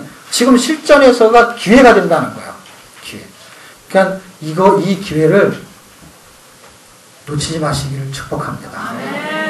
9점. 내일 모레 잘 걸린 거예요. 이걸 기회로 삼으셔야 돼요. 기회로. 무슨 기회요? 신앙을 고백하고 거룩을 표현할 건데 이건 이제 줄여서 만든 거고요. 어떻게 해요? 거룩을 나타낼 기회. 신앙 고백도 신앙을 고백을 나타낼 기회. 이걸 드러내는 기회. 신앙 고백할 기회, 거룩을 표현하고 나타냈기에 그 다음에 가면 주로 왼수들을 많이 만나잖아요. 시댁 식구 뭐 이런 사람들이 다 왼수들이잖아요. 아니면 왼수의 가족들을 만나지. 대거 오시죠. 막 그냥 평범할 때는 왼수가 한 명이었는데 그 가족이 막 오잖아요. 단체로. 그리고 며칠씩 같이 있잖아요. 막 먹고 자고 먹고 자고. 이게 완전히 왼수 가족 수련회를 하잖아요.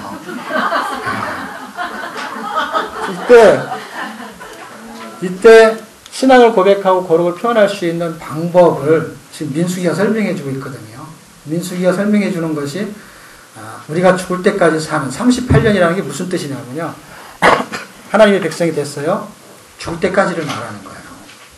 마지막에 2세대가 나는 건 뭐냐면 이제 가시적으로 가나안 땅은 가시적으로 나타날 천국을 상징해요. 그리고 반복적으로 세상을 상징해요. 나선형으로 돌아가요. 점진성, 반복성이에요. 그래서 한 세대가 끝날 때는 거기에 그냥 가나안 땅을 주겠다고 했어요. 아브라함에게. 그 가나안 땅은 천국이었기 때문에 천국을 상징하는 거예요. 그러니까 천국에 들어갈 때까지는 천국에 어떻게 들어가냐. 2세대가 들어갔잖아요. 그거는 은혜로 들어간 거예요. 그러면 1세대는 뭘 설명하냐. 옛사람이 사는 동안에는 이 땅에 사는 동안의 교회 생활을 설명하는 거니까요. 광야 교회니까. 교회 생활이잖아요. 생활은 가시적으로 천국이 나타날 때까지, 죽을 때까지 이렇게 사는 게 전부라는 거예요. 이런 상황 속에서 광야 같은 세상에서 길이요 진리요 생명이신 예수님을 나는 죽고 예수님으로 사는 것이 그리스도를 드러낼 수 있는 하나님의 영광을 드러낼 수 있는 기회인 것입니다. 그럼 하나님은 이 작업을 하나님이 전체적으로 하고 계신 거거든요.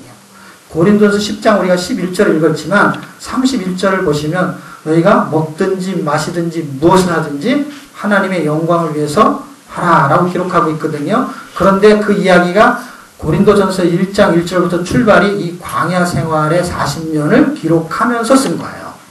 그러니까 그 이야기는 우리에게 정확하게 전달되고 있는 거예요. 우리가 사는 동안에 이 기회를 붙잡아야 되는데 이 기회의 소스와 중심점은 그리스도에게 있다는 것입니다. 여기에 붙는 방법이 가장 우월한 방법이고 여기에 붙을 수 있는 최고의 방법은 말씀하고 붙는 거거든요. 왜냐하면 그리스도의 말씀이 그리스도니까. 그 말씀이 나를 장악하고 나를 정복하고 말씀이 나에게 왕노릇할 때 그럴 때 그리스도로 인해서 뚫고 갈 수 있는 힘과 그런 기회들이 제공돼서 요새는 왜 기회가 안 생기지 이런 말. 그 전에는 어쩔 수 없이 찾아오는 걸 받아들여야 됐지만 이제는 어떻게 해요? 찾아가는 사람이 되죠. 그런 거를 성경은 뭐라 그러냐? 선교사다 그러는 거예요. 선교사잖아요. 그런데 우리 교회는 다 선교명을 붙여가지고 선교사라는 호칭을 쓰거든요. 그 무슨 뜻이냐면 세상의 선교사다 이 말이에요. 보냄을 받은 거거든요. 우리가. 그리스도가 보냄을 받은 것처럼. 우리가 복음이 있는 자는 하나님이 우리를 보내셨기 때문에 세상에 사는 거거든요. 세상에 사는 이유가 바로 선교적인 삶을 살기 원하시는 건데 이것이 진짜 선교사하고 똑같은 삶이에요. 원래 똑같은 삶. 선교사로 사는 거예요. 이것이. 신앙 고백할 기회. 신앙을 고백할 기회는 67쪽 끝에서부터 68쪽 앞부분에 있습니다. 신앙을 고백할 기회가 우리에게 제공됐을 때 이스라엘 백성이 첫 번째 계수하고 그들이 다 하나님의 백성이고 하나님의 군대예요. 맞습니다. 그거는. 그런데 그들이 다 죽고 여호수아와 갈렙만 살아남았어요. 그것은 대비되는 이야기고 신앙 고백을 누가 했냐면 여호수아와 갈렙만 했어요. 그렇죠. 그러니까 그들은 똑같은 훈련을 똑같은 구원받고 똑같이 1년 동안 훈련을 받고 그들은 이 기회를 어떤 기회냐면 가나안 땅을 정복하는데 맞닥뜨리는 대상자가 안악자손이고 너무 힘이 세요. 세상이 꼭 골리앗 같아요. 그런 세상하고 맞닥뜨릴 때에 믿음으로 신앙 고백한 사람이 이 두 명밖에 없었다는 거예요. 이걸 뭘 단적으로 증명하냐면 예수 믿고 구원받고 그 구원의 삶을 사는 것이 이 신앙 고백이잖아요. 그것이 삶으로 나오는 거잖아요. 좀 말을 내뱉고 그 다음에 내뱉을 수 있는 것은 믿음에서 나오는 거거든요. 어떤 거? 하나님이 약속한 걸 믿었기 때문에. 하나님이 가나안 땅을 주겠다는 걸 믿은 거죠. 그리고 나머지는 주겠다는 것을 아는 것이죠. 똑같이 알고 있었지만은 믿은 자와 믿지 않은 자의 차이가 등장해요. 그럼 결국 성경이 뭘 설명하려냐면 우리는 구원 받았어요. 그리고 하나님의 말씀을 우리는 믿으면서 살아야 돼요. 그런데 사람들은 알면서 사는 거와 믿으면서 사는 거의 차이를 여기서 보여주는데 믿으면서 사는 사람은 꼭 2명밖에 안 되고 알고 사는 사람은 10명이는 거예요. 그러니까 교회 안에도 10대 1의 비율이 움직이는 것이죠. 10대 1의 비율이니까 그것이 계산하기는 좀 복잡하지만 12명이라 한 10%에서 20%밖에 안 되는 것이죠. 그러니까 교회에서도 그 지도자의 원리도 그렇잖아요. 100명이면 100명은 20%가 끌고 간다. 할 때 20명이잖아요. 20%의 원리예요. 그 20명 중에서도 20%가 끌고 간다. 그냥 믿음으로 사는 사람들이 그만큼 많지 않다라는 걸 보여주고 있는 건데 여기서는 많지 않다라는 데다가 기준을 잡으면 좀 그렇고 어디다 기준을 잡아야 되냐면 예수 그리스도에게 붙으면 다 불신앙을 고백해도 신앙을 고백할 수 있구나 하는 소스를 발견하는 것이죠. 아, 다 엉터리로 살아도 믿음으로 살 수 있는 방법을 찾아야지. 아, 사람이 믿음으로 사는 건 그런 건 중요하지가 않죠. 적어도 그렇게 적어도 나는 적어도 예? 적어도가 돼야 되는 적어도죠. 잘 적으세요. 적지만 어떻게 그 사람이 신앙 고백했냐는 것을 얻어내야 되는데 그것은 믿음으로 살겠다고 하는 하나님의 은혜가 있었겠죠. 우리는 그런 사람이 돼야 된다는 거고 성경은 그런 사람이 되라는 이야기를 좀 하려고 하는 거거든요. 그러면 신앙 고백을 어떻게 할 수 있냐는 거예요. 약속의 말씀이 믿어져야 돼요. 제가 얼마 전에 TV를 봤는데요. 그 가수 중에 박진영이라는 사람이 있어요. 예. 근데 그 가수라는 사람이 정말 돈도 잘 벌고 살 만큼 살았는데 어느 날 이게 뭔가 신이 있지 않으면 이럴 수가 없다라는 이상한 생각이 들기 시작하면서 정말 하나님이 계신지를 알아봐야 되겠다 라고 생각을 하고요. 엄청난 도전을 했어요. 50일 정도가 아니에요. 이스라엘에 3년을 가가지고요. 수학을 했어요. 공부를 했어요. 창조론과 진화론 이런 걸 1년 배우고 그리고 정말 하나님이 계시다고 하는 간증들도 많이 듣고 그리고 목적 자체가 뭐였냐면 정말 하나님이 계신지를 자기는 알고 싶어서 갔어요. 근데 너무 놀라운 것은요. 하나님이 계신 거는 알았어, 이 사람이. 그런데 아무리 믿으려고 해도 안 믿어지더라는 거예요. 너무 놀랍지 않아요? 그 라디오 TV인가? 제목이에요. 라디오 스타가 거기에 나와서 한 거를 제가 동영상으로 본 기억이 납니다. 믿음은 배짱도 아니고 얼짱도 아니고 몸짱도 아니고 믿음은 정말 하나님의 은혜인 게 맞습니다. 우리가 성경을 읽으려고 하는 이유 중에 하나는 그걸 공부하는 부분보다 그런 의미 부여를 더 많이 하려는 이유는 바로 여기에 있기 때문에 그래요. 아는데 안 되는 거잖아요. 어떻게 다 아는데 10명은 불신앙 고백을 하고 어떻게 2명만 신앙 고백을 할 수 있을까요? 그 2명이 신앙 고백을 할 수 있는 소스를 우리는 같이 얻어야 되는데 그 소스가 바로 믿어지는 은혜가 필요한 것이고 그 믿어지려면 우리가 성경을 어떻게 봐야 되냐면 피상적인 내용이 아닌 예수 그리스도의 생명으로 읽을 수 있는 눈이 열려야 됩니다. 시편 119편 18절에 내 눈을 열어서 주의 법에 기이한 것을 보게 하소서. 여러분이 이 프로그램을 통해서 그런 눈이 열리기를 기대합니다. 그런 눈이 열리셔야 돼요. 제가 이 구조를 잡고 설명을 하는 거는 그냥 쭉 해나가면 벌써 다 했을 거예요. 민수기를. 그런데 여기다가 의미를 지금 부여하고 있잖아요. 그렇죠? 인구조야부터. 왜? 그 지식을 알라고 부여하는 게 아니라 성경은 이런 설명을 하고 있기 때문에 그렇게 하는 설명들이 특별한 사람이 보이는 게 아니라는 거예요. 왜냐하면 하나님의 은혜 속에 은혜를 받은 사람은 이미 특별한 사람이잖아요. 그런 여러분은 특별한 존재예요. 특별한 존재에게 하나님은 친구에게는 자기의 계획을 말한다고 말씀하고 계세요. 하나님의 계획을. 여러분에게 반드시 말씀하실 하셔야 되고 여러분 그걸 들으셔야 되는데 이것은 학문적인 지식을 넘어서서 진리를 발견하는 수순으로 가는 거거든요. 요한복음 8장 32절에 근거하고요. 또한 단순한 문자 읽기가 아니라 성경 읽는 것은요. 생명을 느끼셔야 합니다. 생명을. 읽을 때 생명이 확 다가오는 느낌을 가지셔야 돼요. 왜? 하나님의 말씀은 성령의 감동으로 기록된 것이기 때문에 그리고 살아있고 운동력이 있기 때문에 내 안에서 그것이 움직여야 되는 거야. 내가 왜 그 사람을 사랑해야 되지? 그 왼수를? 그런데 하나님의 말씀이 나 안에서 움직이는 거야. 어떻게 해요?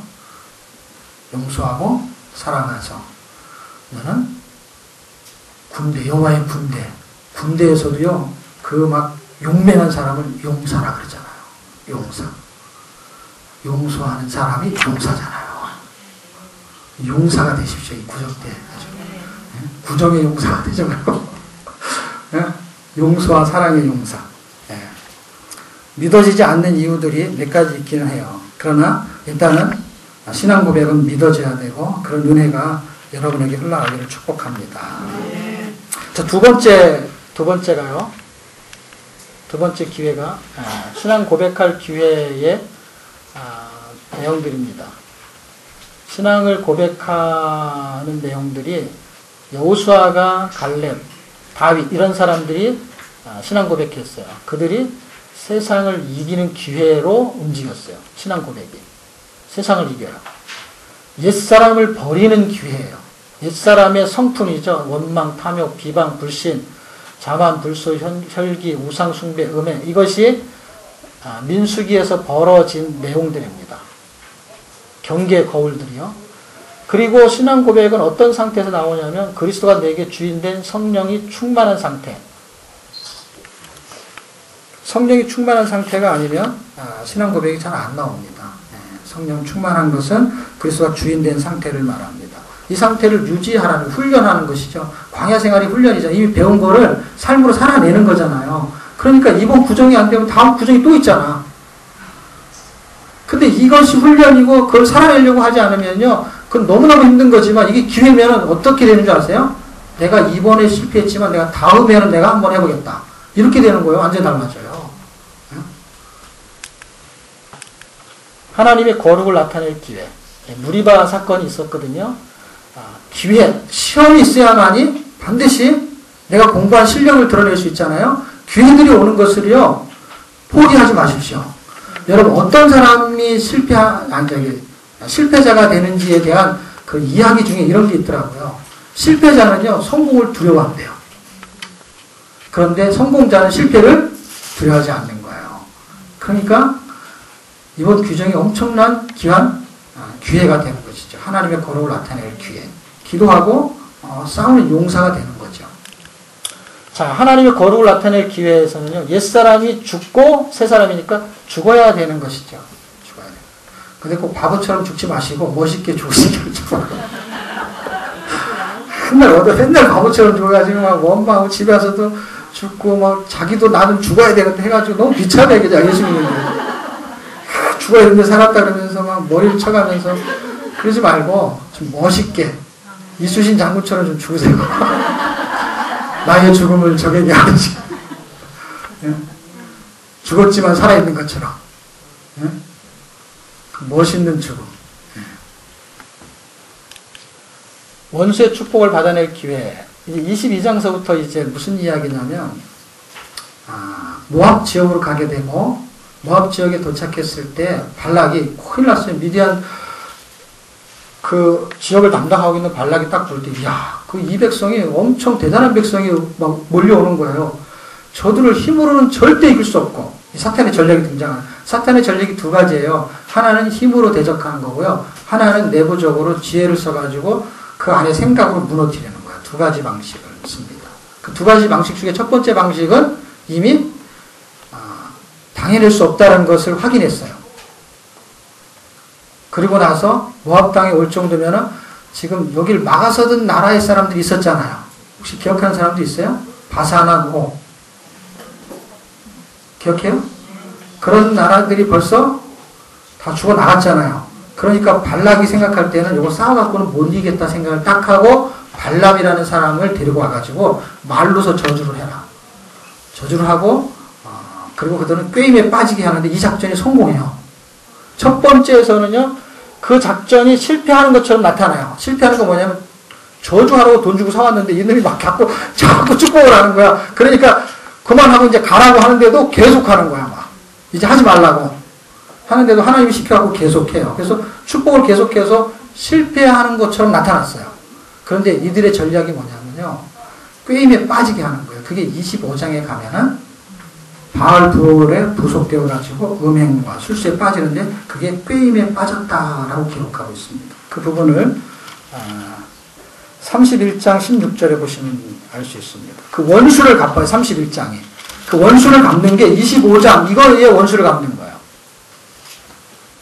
16절을 같이 한번 읽겠습니다. 시작. 보라 이들이 발람의 꾀를 쫓아 이스라엘 자손을 부올의 사건에 하나 여호와 앞에 범죄케 하여 여호와의 회중에 연병이 일어나게 하였느니라. 예. 이 연병이 속전하고 연결된 것인데 이들의 생명이 없는 것처럼 살았다라는 의미를 부여하려고 했던 것 같아요. 그들은 이미 속전을 지불된 상태였어요. 그래서 하나님의 생명을 갖고 있는 하나님의 자녀예요. 우리가 지금 그런 존재예요. 그렇죠? 그런데 하나님의 자녀가 아닌 것처럼 속전이 지불되지 않은 것처럼 살았다는 거예요. 그래서 그 현상으로 나타나는 것이 실제 이 사람들이 삶은 하나님의 백성이 아닌 것처럼 죄를 저질렀어요. 이 꾀임에 빠져서. 그래서 이들이 이 원수를 갚는데 31장 2절을 보면은 이스라엘 자손의 원수를 미단에 갚으라 해가지고 갚아요. 이게 무슨 원수로 보냐면요. 여호와의 원수라고 봐요. 여호와의 원수. 3절 후반부에 보세요. 누구의 원수예요? 여호와의 원수예요. 내가 생명을 주고 값주고 산 속전을 지불하고 산 그 백성들을 속전을 무의미하게 만들어버리는 거예요. 삶을 사는 것이었는데 이 두 번째 작업이. 구원의 목적은 구원의 삶이었단 말이에요. 속전의 지불은 속전의 삶을 사는 거예요. 어디에 소유된 삶? 하나님의 소유된 삶이에요. 근데 그 백성을 하나님이 소유되지 않는 사람처럼 살게 만들었던 거예요. 그래서 너는 나하고 원수다 이런 거야. 내 백성을 그렇게 만들었으니까 이스라엘 백성의 원수가 아니고 누구의 원수예요? 하나님하고 원수가 되어버렸어요. 그리고 거기에서 그들에게 탈취물을 뺏어오고 그걸 뭘로 지불해요? 속전으로 지불하는데 그 의미가 여기 부여되고 있는 거예요. 그들에게 뺏어온 것을 속전으로 지불했다 이것입니다. 자, 그러면 원수의 축복을 받아낼 기회, 이런 자들이 호시탐탐 우리를 넘어뜨리려고 하는데 우리가 왜 원수의 축복을 받아낼 기회로 사용해야 되냐면 우리는 그들은 복을 받은 자니라 이 말씀에 근거해서 우리는 이미 복을 받은 자들, 저들은요 저렇게 살다가 저주를 받는 거예요. 예수 안 믿는 사람들은 저렇게 살다 죽는 거예요. 복의 근원을 설명하고 있는 거예요. 현상을 설명하고 있는 게 아니에요. 그 세상에 잘 사는 현상을 말하는 게 아니라 근본적인 복의 근원을. 그래서 발람이 뭐라고 말하냐면 그들은 복을 받은 자다. 저주하면 안 된다. 이런 존재라는 것이 원수의 축복을 받아낼 기회. 넉넉하게. 발람이 이렇게 축복을 해요. 그들은 하나님의 백성이에요. 그리고 하나님의 축복을 받은 자, 아까 읽었어요. 복을 받은 자라는 거예요. 그리고 그 백성을 저주하는 자는 저주를 받는다는 거예요. 아까 읽은 내용에 나오거든요. 그 구절에. 그리고 마지막에는 예수 그리스도의 탄생을 예고해요. 유다 쪽에서 한 뿔이 나온다라는 이야기를 해요. 이들은 하나님의 백성은 구별된 민족이고요. 임마누엘로 하나님의 도심을 받는 백성이고요. 하나님을 왕으로 섬기는 백성이라는 거예요. 이게 발람의 축복이에요. 그러니까 하나님이 발람을 통해서 하게 하셨죠. 그러니까 이건 하나님의 말씀이죠. 하나님의 백성은 이런 백성이라는 것을 말하는 거예요. 그러니까 왕노릇의 당위성이 제공이란 뭐냐면 원수의 축복을 받아낼 기회라는 건 뭐냐면 원수들이 있지만 하나님은 우리를 이런 백성을 삼으셔서 그들이 나를 저주하면 자기가 저주를 받게 돼요. 하나님의 원수가 된단 말이에요. 아까 민수기 31장 읽었잖아요.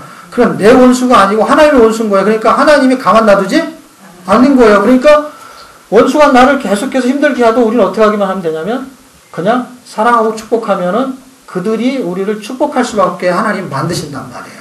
왜? 이것도 하나님이 만드신 거잖아요. 자, 이거는 어디를 보시면 되냐면요. 70쪽 박스 처리 크게 되어 있는 거 있죠?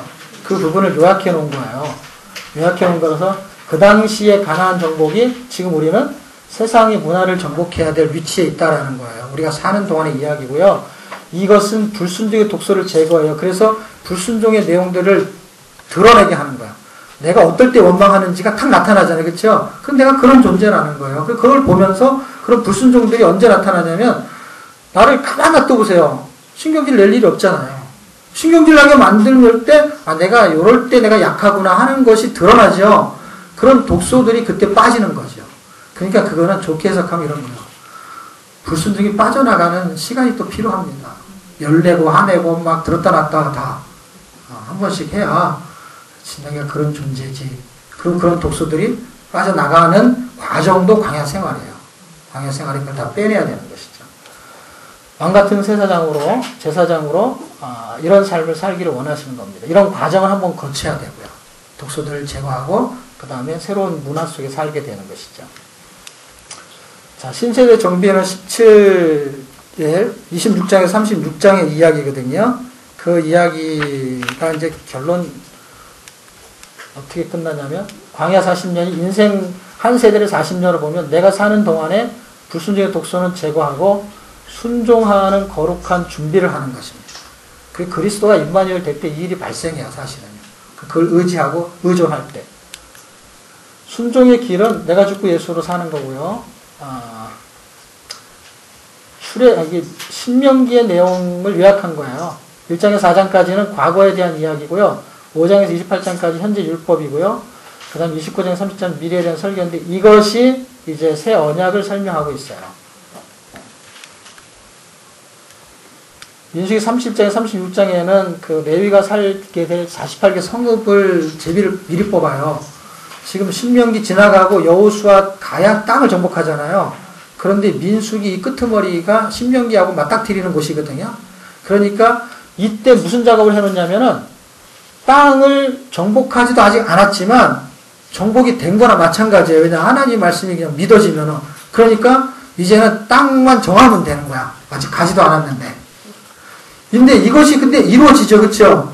그러니까 하나님이 약속한 건 반드시 이루어지니까 이런 거예요. 내가 먼저 갈게. 예수님이 그러셨죠. 그리고 내가 너희들이 구할 초소를 예비할게. 이랬죠. 그 이미 땅이 확보가 된 상태죠. 이 땅에서 우리는 어떻게 해요? 그 확보된 땅의 개념으로 살아주기를 바라는 것이죠.